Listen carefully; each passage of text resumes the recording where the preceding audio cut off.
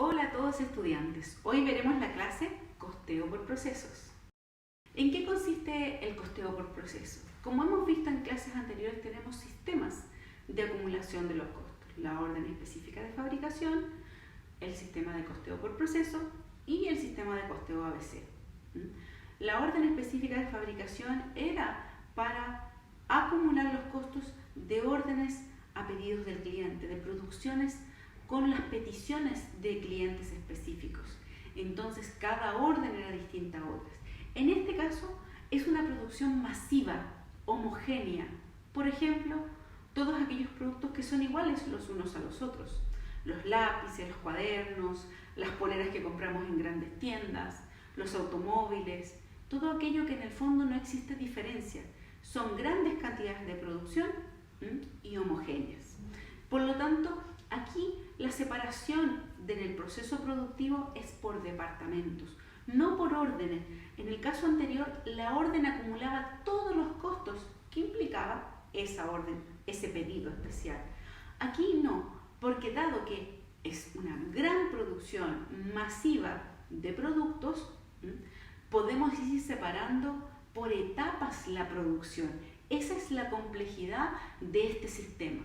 Tenemos los elementos del costo: materia prima, mano de obra y CIF, y los vamos a ir separando según el proceso productivo. Por ejemplo, una primera parte de, la fabricación de tortas en grandes cantidades, por ejemplo, lo que hacen los supermercados con la creación de estas tortas, vamos a tener diferentes etapas, procesos. Por ejemplo, en una primera parte va a ser la mezcla de todos los productos, otra parte va a ser el horneado de todos los productos y otra parte quizás el relleno de los productos, en el caso de las tortas. Por lo tanto, aquí vamos a ir separando por etapas de producción. La orden específica nos decía: incorpore todo a esta orden, los elementos, materia prima, mano de obra y CIF. Aquí, si bien todo está en una cuenta contable que se llama y que representa el proceso productivo, vamos a sectorizar por etapas. O sea, una etapa va a ser la mezcla, la otra etapa va a ser el horneado y la otra etapa va a ser el relleno. Por ejemplo, aquí entonces tenemos la muestra de cómo se van acumulando los costos entonces a través de estos distintos procesos que aquí le vamos a llamar departamentos. Si se dan cuenta, aquí podemos ver departamento 1, 2, 3 y luego va a producto terminado, representando cada proceso productivo que se va acumulando el costo de cada proceso para llegar al producto terminado. Y cada proceso puede tener materias primas, mano de obra y costo indirecto de fabricación. ¿Se dan cuenta? Incluso puede tener distintas materias primas, distintas manos de obra y distintos costos indirectos de fabricación. Por lo tanto, si miramos cómo se acumula, vamos a tener en el departamento 1 X cantidad de costo, en este caso 10. Luego, ese 10, si se traspasa al departamento 2, va a tener que irse acumulando los costos del departamento 2. Y en este caso, por ejemplo, 5. Y finalmente va a llegar al departamento 3, donde se va a agregar 8. Por lo tanto, el costo del artículo terminado, pasando por las 3 etapas, va a ser igual a 23. Ese es parte del proceso que se ve en un sistema de costeo por proceso. Y eso también es la complejidad que vamos a observar en esto. Por ejemplo, aquí vemos el proceso productivo de una bicicleta en términos muy generales. Primero, si traemos todas las piezas de otros lugares ya fabricadas, lo que vamos a hacer aquí es incorporar estas piezas y ensamblarlas. Y luego vamos a pintar la bicicleta y al finalizar este proceso vamos a llegar al producto terminado, la bicicleta terminada. Y por lo tanto aquí podemos ver los grados de avance. ¿Qué consisten los grados de avance? Es el porcentaje de avance que lleva la bicicleta en términos generales, de un 0 a un 100%, donde ven la flecha grande, pero a su vez cada proceso también tiene su propio grado de avance, del 0 al 100%. Y podemos ver entonces, si hacemos un zoom en el proceso de ensamble, por ejemplo, podemos ver que ahí ocurren varias cosas. Primero, para ensamblar una bicicleta tenemos que tener el marco. El marco de la bicicleta entra en el proceso productivo en el momento cero, en el 0 grado de avance, porque ella es la base para ensamblar todas las otras piezas. Y vamos ahí avanzando en el ensamble de acuerdo al momento, al instante que se incorpora la materia prima al proceso productivo. Por lo tanto, podemos decir que en ciertos tipos de procesos las materias primas se incorporan en un punto y ese punto va a depender del grado de avance. Por ejemplo, aquí el manubrio en el 20% de avance se incorpora el manubrio, en el 70% las ruedas y en el 90% el asiento. Y luego de que se incorpore el asiento ya podemos decir que podemos traspasar esta bicicleta ensamblada al departamento de pintura, que va a tener otro proceso productivo.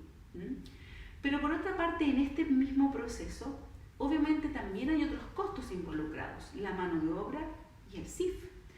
En general se dice que la mano de obra y el CIF se incorporan no en un punto, sino que de manera paulatina a lo largo del proceso, porque las personas están permanentemente en la obra incorporando o ensamblando las distintas unidades.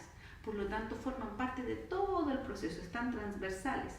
Y el costo indirecto de fabricación también, si es el arriendo de un local, de una planta productiva, por ejemplo, esta planta se mantiene constante durante todo el proceso productivo, no como la materia prima que se incorpora en un punto.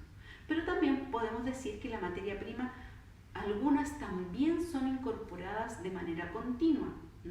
Todo depende de qué tipo de proceso productivo tengamos.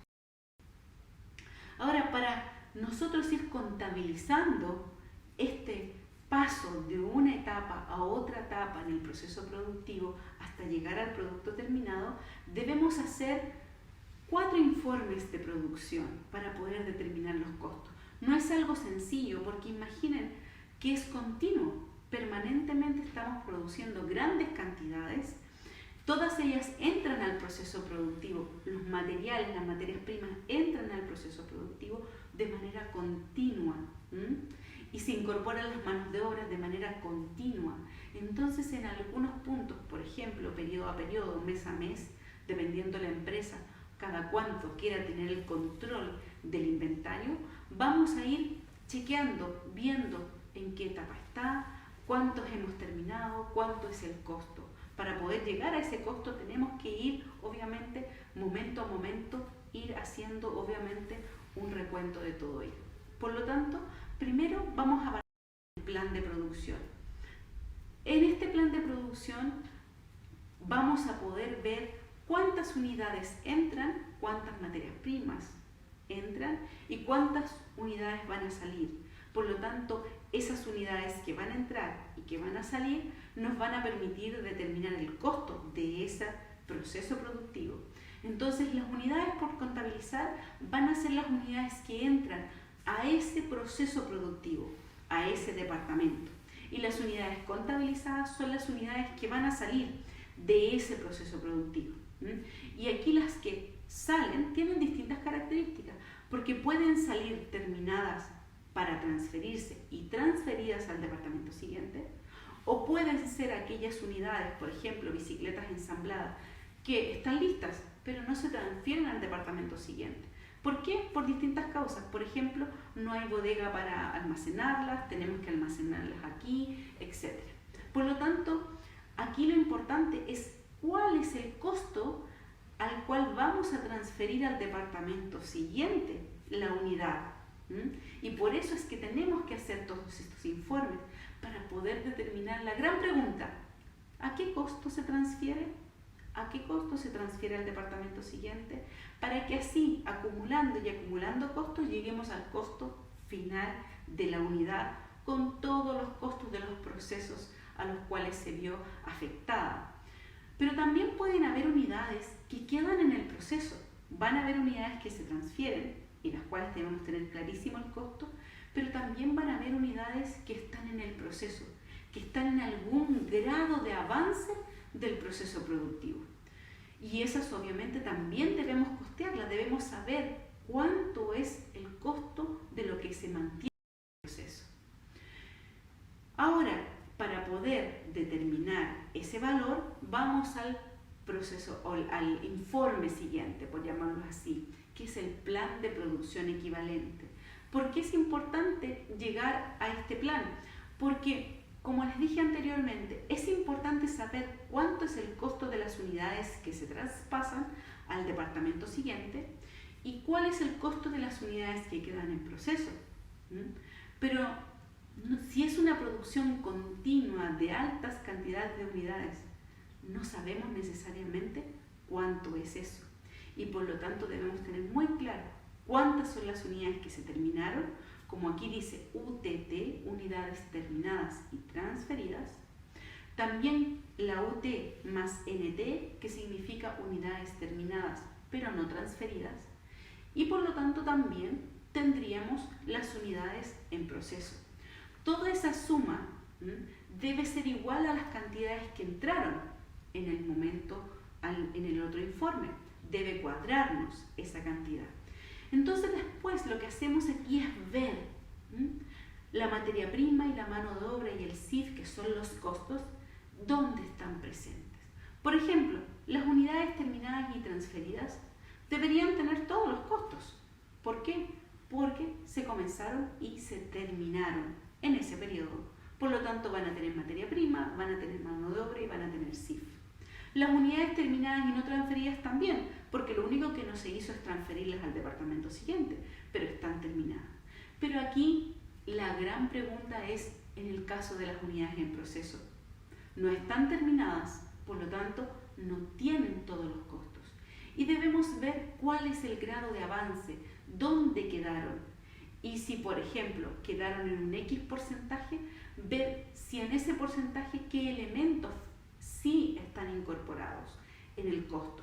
Por ejemplo, si veíamos el ejemplo de las bicicletas, recuerdo que el asiento se incorporaba en el 90% de grado de avance. Si nosotros decimos que estas unidades quedaron en el 50% de grado de avance, quiere decir que el asiento no lo tienen. ¿Por qué? Porque el asiento se incorpora en el punto 90%.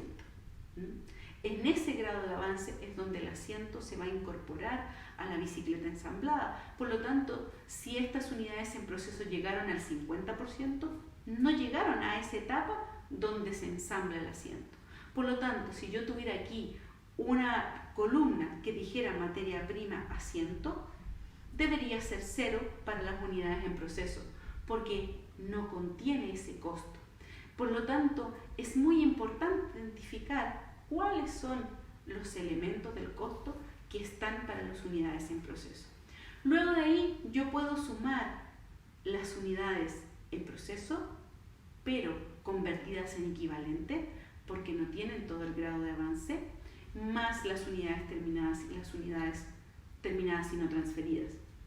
Y eso aquí abajo en la PPT nos puede mostrar cómo transformamos unidades en proceso a unidades terminadas equivalentes. Dado que esas unidades no tenían todo el proceso de avance, tenemos que transformarla en unidades equivalentes terminadas. Luego, después de tener todo eso claro, podemos entonces determinar el costo de cada uno de los elementos. Vamos a tener el costo de la materia prima que incorporamos y vamos a tener el número de unidades a cuales le incorporamos materia prima. Y eso nos da, al dividir costo dividido por el número de unidades, nos da el valor unitario de la materia prima.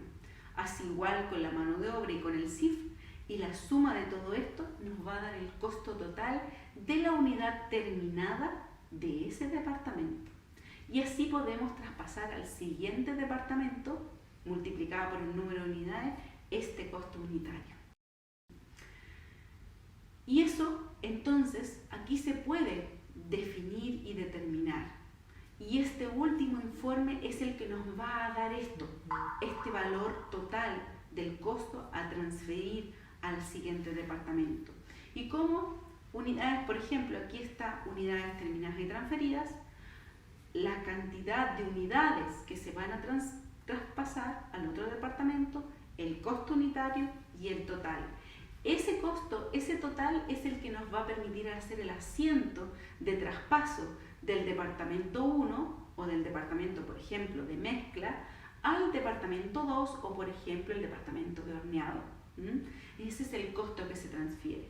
En cambio, las unidades terminadas y no transferidas son costos que quedan en este departamento, terminados sí, pero quedan ahí como un saldo de este departamento. Y por supuesto las unidades en proceso también, porque son unidades que no han sido terminadas, por lo tanto no se pueden traspasar al departamento siguiente.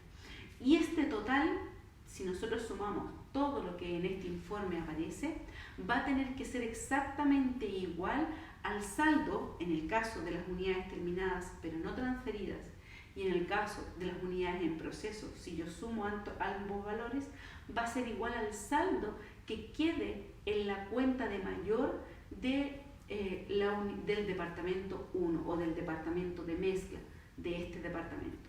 Y por otra parte, las unidades terminadas y transferidas, ese costo va a ser el costo que sale del departamento 1 hacia el departamento 2. Y aquí podemos verlo en las cuentas de mayor y en los asientos, como el departamento 1 primero toma todos los costos, materia prima, mano de obra y CIF, y luego, cuando se terminan, los traspasa al departamento 2.